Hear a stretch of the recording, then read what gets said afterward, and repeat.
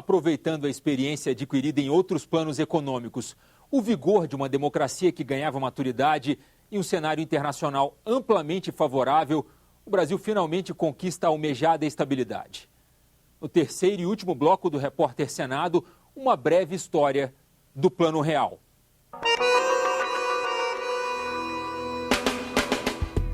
No início do governo Itamar Franco, o salário mínimo era R$ 4.693.800 cruzeiros. Parece muito, mas o poder de compra era equivalente a R$ 110. O Cruzeiro Real foi criado em 1993 só para cortar os zeros que já não cabiam nas notas. Circulou apenas 11 meses. No período, a inflação chegou a 3.800% ao ano. Afeta todo mundo, mas em especial os mais pobres. Por quê? Porque geralmente os mais pobres não têm como defender o seu poder de compra. Do fim do regime militar até o início do Plano Real, em 1994, o Brasil teve 16 ministros da Fazenda, 6 moedas, 9 zeros a menos no dinheiro e 48 tipos de cédulas. Você tinha equipes permanentemente planejando novas notas, né, a ponto de que se homenageou, por exemplo, nesse período, várias figuras ilustres da história brasileira, né? Tantos planos econômicos, tantas moedas podres, tantas promessas. Os planos econômicos geraram 700 mil ações individuais e 1.030 ações coletivas na Justiça. Planos econômicos, plano de estabilização, você tem que escolher os perdedores e os ganhadores. Nem todos ganham, nem todos perdem. No Real, os economistas aprenderam com os erros do passado. Parte da equipe do ministro da Fazenda, Fernando Henrique Cardoso, era a mesma do Cruzado. A filosofia desse plano já tinha sido feito há muito tempo. Para ganhar a guerra contra a inflação, o Brasil teve que vencer várias batalhas. A primeira foi no exterior, a negociação da dívida externa, que só terminou 9 anos depois da moratória. O economista José Roberto Novaes trabalhava no Banco Central e participou do entendimento. Para se ter um equilíbrio orçamentário, você tem que ter equilíbrio fiscal. Não se sabendo quanto se vai pagar aos devedores, não se pode ter equilíbrio fiscal. Com a negociação da dívida, o país voltou a ter crédito e pôde lançar uma moeda que nos primeiros 4 anos valia o mesmo que o dólar.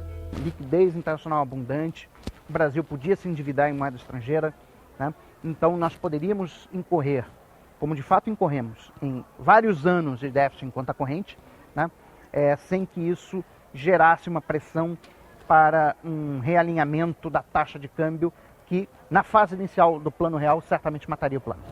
A segunda batalha foi a organização das contas do governo, o chamado ajuste fiscal. Houve uma decisão de cortar fundo naquilo que estava gerando grande desequilíbrio financeiro, que era o descontrole das finanças dos estados. A partir de 94, o governo começa a se financiar muito em cima de arrecadação de impostos. Essa é uma tendência que continua até hoje. Para acabar com a memória inflacionária, em março de 1994, o governo criou uma moeda virtual, a URV. No dia em que foi criada, uma URV valia 647 cruzeiros reais e 50 centavos. Todo dia, a cotação seria diferente, fixada pelo Banco Central. E a URV foi justamente isso. Você colocou todos os preços com base na unidade real de valor numa determinada data. O brasileiro olhava o preço em URV e pagava em cruzeiro real, mas já estava tão acostumado a fazer contas que nem teve dificuldades. As pessoas passaram a trabalhar com essa ideia de URV e aí você cria o real em cima dessa URV. O fato dele estar preso ao dólar reforça esse crédito de confiança, já que as pessoas têm uma certa noção de que o dólar é uma moeda de referência, é uma moeda estável. O real foi lançado no dia 1º de julho de 1994, ainda no governo Itamar Franco. Quando o real chegar, não vai ter mais cruzeiro, não vai ter mais URV, não vai ter mais inflação. Era igual a uma URV ou 2.750 cruzeiros reais e valia mais do que o dólar. O real foi um grande divisor de águas. Antes era a inflação e a concentração de renda. Depois foi a estabilidade, com o início da distribuição de renda. A psicóloga Fabiola se lembra bem do início do plano. Eu me lembro, inclusive, da moeda de R$1 quando saiu, porque não se usava moeda naquela época. como o dinheiro era muito desvalorizado, as moedas elas não tinham valor, né? E aí veio a moeda de R$1 e a gente começou a ter que andar com porta-níquel na carteira, que era uma coisa que não se usava.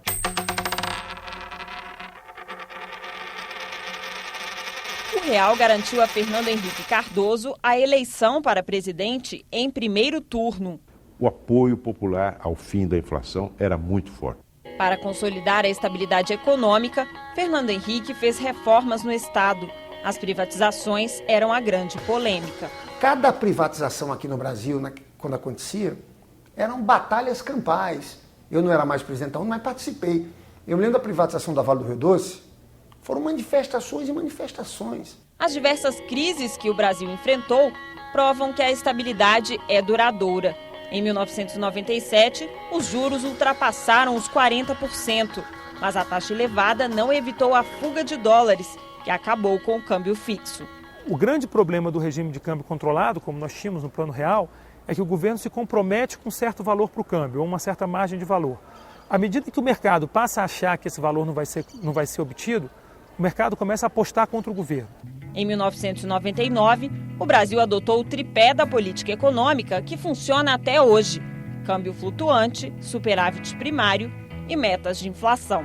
Mas nem todos concordam com a condução dessa política. A nossa política econômica não está voltada para você criar emprego, para fortalecer a indústria e tudo mais. Está voltada para que os políticos, os dirigentes, encontrem os tapetes vermelhos funcionando. Ainda que eles tenham abdicado da capacidade de tomar decisões, porque o Banco Central é que toma a decisão. A vitória de Lula nas eleições gerou incertezas no mercado sobre a continuidade do plano. O dólar chegou a R$4. Os juros subiram de 18% para 25% em 3 meses. As pessoas achavam que o Lula ia romper toda a política monetária e a política macroeconômica como um todo. O dólar dispara, a inflação sai de controle. 2002 é um ano péssimo do ponto de vista macroeconômico. E de repente o Lula entra no governo e diz: eu não vou mudar nada. E isso foi um choque bom, um choque positivo. Crédito fácil, programas sociais como Bolsa Família e grandes projetos de infraestrutura foram as marcas da política econômica no governo Lula. Nós tivemos uma turma que estava fora do mercado, colocamos dentro e descobrimos que essa é a grande galinha dos ovos de ouro do país. O resultado de mais de 15 anos de estabilidade é crescimento econômico. Hoje, 140 bilhões de reais circulam no país, um número 22 vezes maior do que no início dos anos 90. É também desenvolvimento social. A desigualdade na distribuição de renda caiu 5,6% entre 2004 e 2009. E o ganho médio do brasileiro aumentou 28%. O real é uma moeda que é respeitada.